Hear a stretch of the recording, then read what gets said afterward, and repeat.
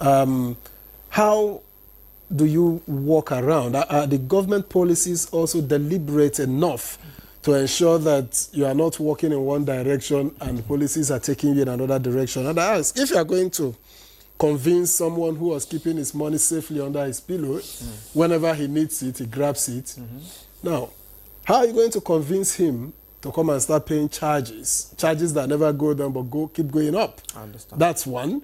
To convince him now that you have to pay charges just to do banking. The other pattern, the other system you are used to doesn't hurt you.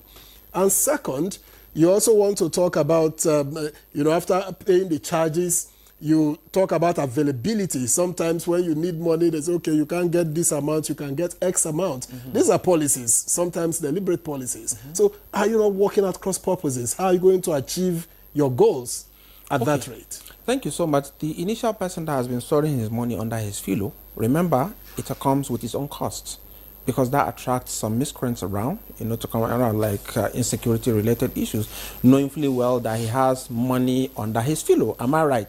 So it comes with its own cost. Again, now, the policies that government is putting in place in order to restore the confidence that I spoke about, that encourage such person to be able to, I think it's, what do you call it? DG spoke about a lot of issues in service availability so that he can use at his comfort zone, he can transact.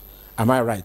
But again, in terms of charges, my dear, you have to also realize that the people operating in this space, they also have to survive for them to provide such services. But again, that same person, initially, when he wants to deposit or withdraw money, he has to travel all the way, long distance, that kind of thing. But by bringing those services closer to his doorsteps, definitely it comes at a lesser cost compared with the amount he's also the risk of putting the money under his pillow, where maybe overnight when the other people, God forbid, they come around, the whole story now totally changed.